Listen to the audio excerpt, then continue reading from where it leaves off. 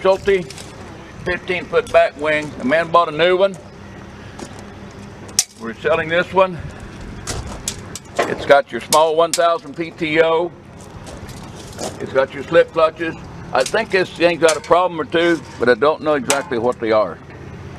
I'll show you here. You turn the PTO here, and see everything's turning. We'll sell it as is, guys. It's got your hard rubber pressed tires on it.